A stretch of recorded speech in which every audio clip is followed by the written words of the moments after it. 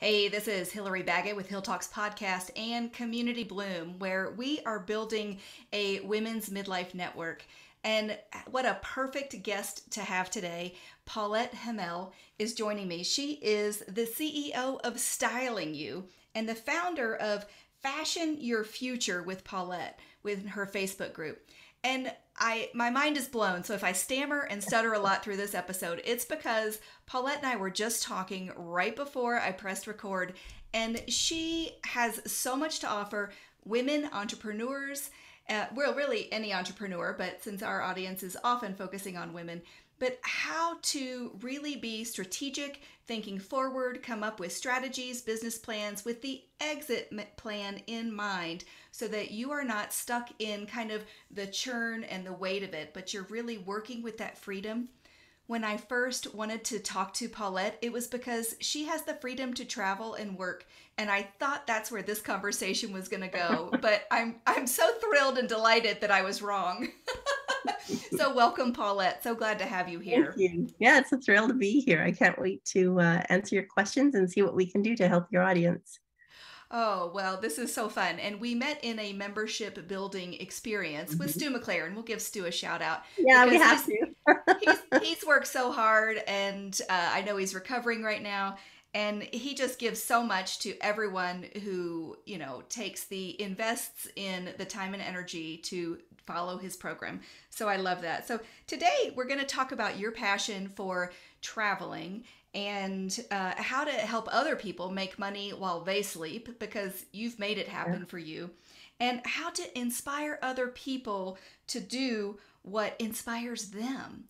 And that's what I love, and that's where we really align in our hearts for people, is that we want to help people get to where they want to go so they have the peace, the patience, the grace, the freedom of money, the freedom of time, and to help expand their exponential reach to others. Oh, this is Yeah. going to be fun. Flexibility, right? Flexibility. Well, tell me first, Yeah. how did you get into where you are today? Like, is there an easy way to say that? The easiest way is saying yes to more of what was going to take me down a road that I really had no answers to. And that's kind of funny that you asked that, because one of my um, PDFs that I have that I can offer to your guests right here from the get-go is 24 No's to Know. And it's teaching you pretty much social conversations and what you can say to have more yes in your life. And for me, what happened is a set of circumstances where opportunities were placed in front of me, and I said yes to those opportunities, which led to being in another country. Right now, I'm in Norway, and that led to being able to stay with friends and family, which led to being able to do some work while I was here, which led to being able to build new accounts while I was here, and then running the online business. So there is a time difference. That is something you have to get used to. But the ability Yes. to be able to have a business where you offer pre-recorded courses or pre-recorded webinars, and then using that as the tools to be able to share with other people. And those are paid services and paid programs. And that's what helps to be able to keep this side of the business going, in addition to collaborations, JV partnerships, things like that. So it's a blend of many Wow. You things. really have a mindset, a CEO mindset of Yeah. big picture, how to move people forward, how to getting kind of to your best yes. And that means you've got to say no's to a lot. And oh, this is so Yeah, it's amazing. saying no, it's saying no to what does not serve you. Mm-hmm. That's the key, because a lot of people will say no to opportunities because they can't figure out the details, or they need to know all the answers and they need to have an exact itinerary. And then there's the other side of it where you can say yes and not know all the answers, but know that you're going to be okay. And that's a whole mindset shift, right? So it's just like, okay, I'm Yes. going to jump into this. I don't know what's going to happen. I don't have a plan that is to the nth degree, but I've got a plan that gives me a one, two, three. And being, supportive of yourself and being supportive enough of your abilities to know that, hey, the worst that's going to happen is I'll be late for something, I'll mess up a time frame or a time conversion, but I can still write, I can still send emails, I can still get a Wi-Fi connection. So and now I'm talking if you're far from home. So, but that's Exactly. the Well, main. we just had one of those time confusions last week, right? When we originally tried to schedule this, and it was great because we could choose to either each of us be upset with ourselves or some Right. other person, but it's like, or we could just give extra grace and say, you know what, it's okay. Let's reschedule. There's a lot Yeah. going on, and let's move forward. And that sounds like one of your greatest kind of pearls of wisdom or golden nuggets to tell people of like, don't get stuck when you mess up or show your humanity. Keep kind of going forward. Yeah. Not only keep going forward, but um, believe in being okay with not having perfection. And that perfection model it's such a gauge that we've got in North America, especially. Actually, I see it here with people that work in Europe as well, that perfection and that incredible efficiency and being able to get X amount of tasks done within X amount of hours, that's become the norm for us to be judged against in terms of bonuses and our increases, right? So people have gone down that path. Then you have this whole world of people that have opened up onto online business and virtual working. And what has happened there is it's been like, hey, I can talk to somebody at 10 o'clock at night if they need to, because they're in China, and have a conversation with something that can help to still progress the business, but not be doing that for 8 hours through the whole night. If there's a blip in my time or in my family moments where I have to step aside to do a little bit of work, this is still possible. And I can still have a normal work day and structure it that I work. For example, in my case, I work Mondays to Fridays, but only Monday to Thursday online. Friday is my work on my business day. And that's where I take and step aside and go, what do I need to do for my following week? What do I need to do that's going to move me forward, that I want to have in terms of a podcast or in terms of the newsletter or in terms of an email campaign that I want to put together? So you need to carve out that time. And then when it comes to Saturday and Sunday, that's non-negotiable. That is my family time. That is when I'm going to be hiking, going to restore my mind, restore my body, and take time for me. And it took me decades. I am not exaggerating. It took me decades to be able to realize that your world does not fall apart when you don't work on weekends or work late nights or work 7 days a week. So, Oh, that is excellent encouragement and experience that came through. It was a hard won experience and wisdom, right? yeah, yeah, It didn't come easy. And I think if we could help future entrepreneurs, business women, midlife women who are about to pivot to say, hey, you don't have to start out of the gate of this is going to be a 60 to 80 hour work week. yeah. Because And if that's what you're I love. starting, That's what I love about your broadcast, Hillary. These midlife women, midlife is no longer 50. Midlife, in many cases, is becoming 40. It's also being 60.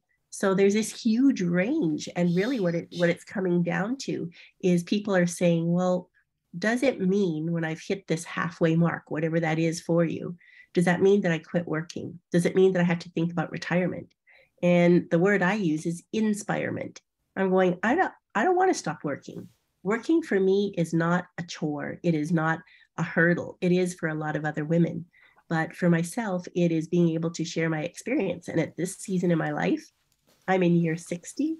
Now I'm considering, like, hey, what am I going to leave behind that's going to show the younger people a better path, a better way, and to try working differently so that they can see the world if they choose, so that they can experience moments that matter. And that means maybe it's being able to attend the grandkids' games. Maybe it's being able to go to your nieces and your nephews' theater plays, being able to stop in the middle of the afternoon and have coffee with somebody who dropped into town.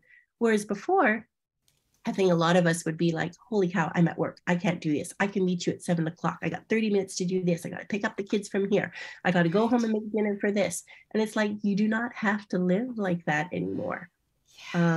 It oh, sounds that's a easy. I know a lot of people, are listening to this and they're going to be like, oh yeah, easy for you because you're doing it. Easy for you because, well, at this stage of my life, I'm single. The kids are grown up. The grandkids are 7 and 6. So yes, my scenario might be a little simpler, but I've also been through the muck. And I've also been through the parts where my life was just like one event, one task, one more thing to do, where I felt like people were pulling me in a gazillion directions and there was no Paulette left. At the end of the day, I was just like, I didn't have a life. I was living my life by checking off a list of how much I got done for everybody else. And then I was Oh, just like, yes. okay, this life is absolutely evaporating. My brother got sick. He had cancer. I went to be with him in isolation for several weeks. And when I came back, I said, I am not going to live any longer where I'm not doing things that are going to let me experience nature, to experience calm, to share these cool things that I've done for other people and see if it might benefit someone else. And that led to the whole online business and everything else. So I don't want to get too off track, but Wow. So there's, that was really a pivotal moment for you going to see your brother when he was and yes. you were in isolation. Does that mean it was kind of during COVID then? He was in cancer treatment and he could not have any type of infection or anything out from the outside. So if we wanted to visit with him or to be with him, and he wanted somebody with him, so he asked me to come and help. And they put you into a hazmat suit, literally. Yeah. And I was there with him while he received treatment and just lived at the hospital for a couple of weeks. Well, And how is he well, today? he's in remission, so Okay, he took okay. a treatment that worked. However, if the cancer comes back, there's no treatment that he'll be able Okay. to take from here on in. So that made both of us realize, because he was only 50 when this happened, and Absolutely. he was just like, I want to have more experiences with my girls. I want to do more things with my wife. And of course, the first thing that comes up for most people is travel. And I said to him, I said, so why can't you work from home? Why can't you not go into the office anymore? Oh, well, they haven't done that. Nobody's done that before. And this was pre COVID by about 1.5 years. Okay. So when he went back and he said, look, I want to do these treatments and I don't want to stop working because it's still important to me, they were able to help him to accommodate a hybrid form of working. Now, in my case, I was commuting from Milwaukee to Chicago, which is a 2 hour hike one way. And I was actually let go of my job because I refused to continue the commute. And they Yes. said to me, they said, you cannot work from home. You must come into the office every day. And I said, I don't understand this. There's no reason why I can't be able to do the same quality of work, especially when I'm the leader of a team, and be able to work with them with weekly calls. I can come in 2 days a week. It was so foreign to them. And this is an old established corporation. And I'm sure a lot of other women and people are in this type of a situation where they're just like, I Yes. can't do that. They'll never agree. All I'm going to say is ask. Ask. Part of the Absolutely. 24 knows to know is that if somebody says no to you, you can also say no to them, but come back with something that is a win-win for both sides. So even though I was not able to keep employment with this company, they turned around and hired me as a consultant. So because the services and the work was still in demand. There So I you was go. able to perform that and then start the online business. And that's how I moved from corporate to online. But it's absolutely amazing to see the power of being able to, well, people say you get to pick your own hours and they make it sound like, what I do, go off and have bonbons and a cup of coffee like 6 times a day. It's not like that. I work harder than I've ever worked before. I have a structure that I have to keep to myself if I want to have the continuity and the consistency and the speed of business with which I want to move up. So I had to realize a big, big question that one of my mentors said to me, and I will never forget this, and I hope this will resonate with a lot of listeners, is what do you need to give up to move up, right? In order for Ooh, you to ooh. continue to go up, you have to give up something. And it's not that it's a sacrifice, it's that you have to give up being lazy, give up being procrastinating, you have to give up doing the theory and the learning and not enough doing. And Oh, that guilty, yeah, guilty. me too. Me too. That's what the slowest part of my process was, because I was so wrapped up in like reading the books and following the videos and buying the courses and watching all the different things that were going to make me have all the knowledge about what needs to be done. And at the Right. end of the day, it's just get out there, test and test and test and test. And I was told this so many times, but I didn't understand it. I thought a Right. test was actually a process, but the test is the doing. go out there and ask. You and I were talking earlier. We're just like, how do we know what our audience wants? You have to ask them what they want. Well, There's how do that you do word. that? There's that word, Right. ask. And Yes. yeah, and how do you do that? You do that by launching ideas and courses and programs, or giving a PDF, or doing a little excerpt live, or talking to people every day, or asking questions, or creating a survey, or doing a quiz. But these are the tools that you can use, and you don't have to know them all. I went step back and went super organic. All I did was, for everybody that joins my group, I ask them 3 questions. If they don't answer the 3 questions, I don't let them into the group. And then I go back and I contact them and I say, what could I do that would move you forward in your business? And usually what comes out is the need for help, in terms of, I don't know how to do the tech. I don't know how to get, like, they get stuck in the details. And then I just turn around and just say, well, how many of your people, of your potential clients, have you talked to? And in many cases, people have said none, right? They email them, or they try and do a founding member launch, or they try and do a workshop and then nobody attends, or they get 3 people. And it's just like, don't be discouraged. It's just that people can't see you. So if they can't see you and they can't find you, then they're not going to be able to engage with you. And all these algorithms and everything that are working with social media, and even the mentors you and I share and groups that we're in, it comes down to getting your idea out there and letting people resonate with you onto whether or not this is something that they need. So I'm trying to make this really concise and easy to understand, because it's not complicated. It's just that you have to get your message out there, even if it's imperfect. Just Yes. let people hear your ideas so they get to know you and be like, you know what? I want to hang on to this person's coattails because she's going to go somewhere, or she's got the network, or she's got the connections, or she's got enough insights and has been through stuff, and she already paid the money and has been through, the nuts and bolts of the school of hard knocks, they call it, right? Yes. Yeah.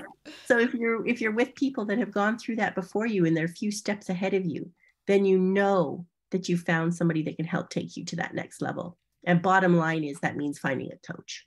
I don't care what anybody says. If you don't have a coach and you don't believe in having your own coach, and if you do get a coach and that person does not have a coach of their own, then get a coach who has coaching, because the trickle down effect is huge, and it matters what you learn and the way things change, because it changes so fast. You don't have to be an expert of everything. You have to be tied to people that know how to give you the warning signals that, hey, don't forget that you're going to need to do this. This is something that I learned not to do. This is something that you want to take and follow so that you can become better at this and not make the same mistakes that I did. So, Wow. Wow. I need to go back and listen to all of this already. This is so rich with true wisdom. And it's not just that every coach should have a coach in theory. Anyone who's coaching needs to also be refueled. And as an occupational therapist, and when I help people let go of physical, mental, and emotional either pain or trauma, I would always tell them, they said, well, how do I find someone when I move? And I said, well, there's a directory, but you need to always ask that person, who do they go to for therapy to release their own stuff? Because again, it's the same trickle down effect. If you're not letting go of all of your stuff, how can you really best serve and help others? So that's a really great point. Oh, love that. Wow. I've been scribbling notes. If you hear paper shuffling, that's me writing it down. And so what I'm really hearing you say, Paulette, is, what do we need to give up in order to move up? And sometimes, the modern term is, oh, level up, level up. But that's true. And so there's going to be something you have to let go of. And there's something you're going to give up. And it might be a mindset. It might be a habit, a practice for health and nutrition. It might be, well, maybe I can't eat that or as much of that as I wanted or used to. Or maybe I can't drink that. So that's kind of an easier, tangible. I definitely want the message to get out there for people who are thinking, I have an idea for a business, but it's too hard and I don't know where to start. I want them to know that it's absolutely 1,000% okay in midlife to say, I want to do something completely different with my life. And that's where I was a year ago. I wanted to reach out and help any woman going through hormonal fluctuations, perimenopause, pre and post hysterectomy to not go through the same things I was going through of information overload, so much stuff. So part of my heart of giving back to other people is thinking, how do we bring all this collective wisdom together in an organized way? And whether it's, building summits together or gift giving Mm-hmm. or sending out our PDFs and our freebies to get people to know us and to like us and trust us, because we're not trying to sell to people, we're trying to offer this assistance, this help, so they can move forward and I think really flourish.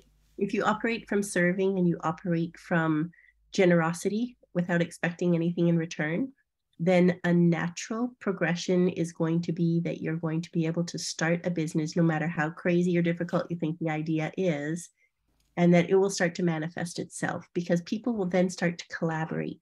And I think it takes that realization that when you do stuff together with other women or people that can give the parts of the spokes of the wheel that will in a how do I say this, in its entirety, when you're working with people that have specializations that as a whole give the client the experience of a total all-encompassing event or experience for themselves, that's when you're going to hit the win, right? So it's being able to say that, hey, I might know only one piece of this pie, and I know that my client wants this total big picture. Then you need to work with other people that can fill in the rest of those spokes of that wheel to be able to say, okay, all together, 8 of us are going to be able to give you this incredible experience. And then that becomes a summit, or that becomes a 8 series simple video like we're doing now. Maybe you talk to 7 other women, and all together this becomes a series that you put together that becomes this item that you can sell or item that you can give away in order to get exposure for you and the people that you're promoting. And that's how it works. That's where online is absolutely innovative and intuitive, and being able to take and do something that is out of the norm. Where it is in corporate, a lot of us know that you have to go through so many channels of approval, and people have different opinions along the way. And then sometimes it can get so diluted that you lose the original message in the first place. But when you're in control of your business and you know that you have a slice of the expertise and that you can get a whole bunch of other people together to make a total pie, that's the winning scenario. And I I think you're on it. And I think everybody listening, I really hope that they start to see that if you think it's too complicated, too scary, and too big, then do your slice of the pie and find the other people that will fill the rest of it, and then present that together as a unified group project, essentially. I'm in. So, I see it. I yeah, see the vision. I sketched out the spoke wheel, I and know, right? I'm like, you're so right, which is so wild because my success path that we were working on, Yeah. trademarked, sorry, Stu McLaren, but it was literally, I realized it was spokes of a wheel in each of these wellness areas. So Yeah. love, I love, do I love. do something very similar called a life map. And I Okay. just take people through the different sections of life that allow you to, how do you find this time to travel? How do you make the money to travel? How do you do the time to be able to work and be in a place and not be sad that I'm not out? I'm looking out here at literally at cows in a field on the top of the mountain in northern Norway. And I'm looking at this going, I should be out there. But then I That's know right. I only have a little bit of work to do, and then I can go back and I can play. And I can take the time to do adventures and go on a hike in the middle of the day, and then use that as an applicable lesson with regards to business for the people that are watching and following me, and then teach Oh, them if they're interested to do the same thing. well, So, 100%. I think when people think I'm going to start an online business, they think that they are spending 8 to 12 hours on a screen all the time. And that's just not true. If you're no. doing it right and you're practicing the self care and you're balancing that. And Yeah. my family looked at me because I had an epiphany last week. And they said, "Wait, are you done with work?" And I said, "Yes." They said, "Wait, nothing's on your calendar on Friday." I said, "That's right. I've not scheduled anything on Friday. I'm being intentional." And their eyes almost popped out of their head. They were like, wait a minute, you're implementing what you're learning? I'm like, exactly. Because Yeah. there's only one of me. If I'm feeling so depleted and exhausted that I don't have energy to give to myself, how am I going to serve other people to get to where they want to go? Yeah. Well, and if the freedom is on your plate and you don't use it, then why would you abuse something that is the very premise of being online in many cases, right? Freedom of time, freedom of place, freedom Yes. of expression, freedom Yes. of being able to model your business the way you want it to, having an infrastructure. In my case, I had VAs, I had quite a large team, and now I've gone back to being a solopreneur. So I'm going into automation. And now with the automation, that's where I'm saying, hey, I can make as much profit at 300,000 as I can at more than $1 million. So for me, the realization was, how much do I need in midlife, in what I'm doing? How much do I really need that will make me happy, that will give me what I need to have the lifestyle that I want? So I chose to have less income on paper, but the profitability is just as high as a business that's over $1 million. So these are things that you start to realize when you're working on it, and how you set up the business and how many people you hire and the services you hire and the kind of software you use. That's what comes from being coached. The experience can be very simple. It can be very organic. I love that word organic, but I think it's misused quite a bit right now.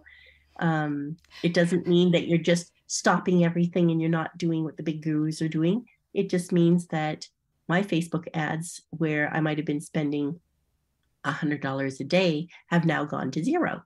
And I'm saying, no, I'm going to wait on Facebook ads because I'm going to be doing an email campaign. And I would rather send a newsletter, or I would rather send several emails per day to be able to get connection with my customer. Or I'm going to do a Facebook Live and I'm going to focus only on Facebook and LinkedIn. And that is for me the case. I'm just choosing two platforms, and then I use Stu McLaren's Searchy as my basis for being able to do a video platform, because that's a form of communication that I really like with people. I love these Zooms. I love being able to send a short communication via email, or to be able to walk in the forest and go for a hike and give people 3 minutes of silence, for example. So I try and share what I'm doing for them to experience it, hopefully to inspire them to do the same thing. And if not, and they want something closer to home or something that's a little bit more simple, that's an option too. And just say, hey, all I have to do is set up an infrastructure that's going to work. And of course, the bottom line is you have to have profitability. Wow. Well, I Yeah, see we're going to have to schedule another talk because we could I just would love keep to. going and I would love it. And we're just going to build those spokes to these wheels and see how we can reach and help and support more entrepreneurs. This is so exciting and what a delight. How can people find you, Paulette, if they want to follow up? Yeah, the easiest way to do that is to go to paulettehamel.com, which is my personal Facebook profile page. And then, like we mentioned in the very beginning, it's Fashion Your Future with Paulette is my private Facebook group. And really, that's it. So once you're there, if you reach out and send me a direct message, I respond to all messages, and we can start emailing and go from there. If people want to hop on a call, not a problem at all. I'll be happy to answer anybody's questions. I would love to support other women that are trying to step out of the norm and try something totally different at this stage in their lives. So, yeah. Absolutely. Well, I mean, my eyes, I feel like a kid at Christmas of that you sparked all these ideas, but you've Aw, also spoken some really solid truths of we can't do everything. We've got to say no to a lot of things. And we need to say yes to ourselves, to our health, develop those goals and move forward. And everybody needs a coach to help them see that vision to go forward. So you yeah. are such a treasure filled with knowledge. And Aw, coming from Norway, how great that we made this happen. I truly thought the discussion was going to be here's how you make your business portable. And yeah. my mind is blown. I've learned far more. You give so much, and I'm so grateful for you, Paulette Yeah, Hamel. I do Thank want to you. share one thing for people, no matter what business you're in, any of them. I'm talking probably specifically online right now. if you don't build an audience that you love to work with, there is no core to your business. So that's the biggest nugget, the biggest words of Mm, advice, if you want to call it, is build an audience that you love, that loves you back, because that will liberate you to be able to travel and to be able to have freedom and flexibility, especially with regards to time. So the sooner you realize that your audience is the magic and that you're there to serve them, and that you also have the choice to choose who you want to work with, that mm. is critical. That is the So lifeblood of great. your business. Mm-hmm. The lifeblood of the business. Well, I love it. And thank you so much for your time. You're What a welcome. gift. And we will talk again soon. That'd be awesome.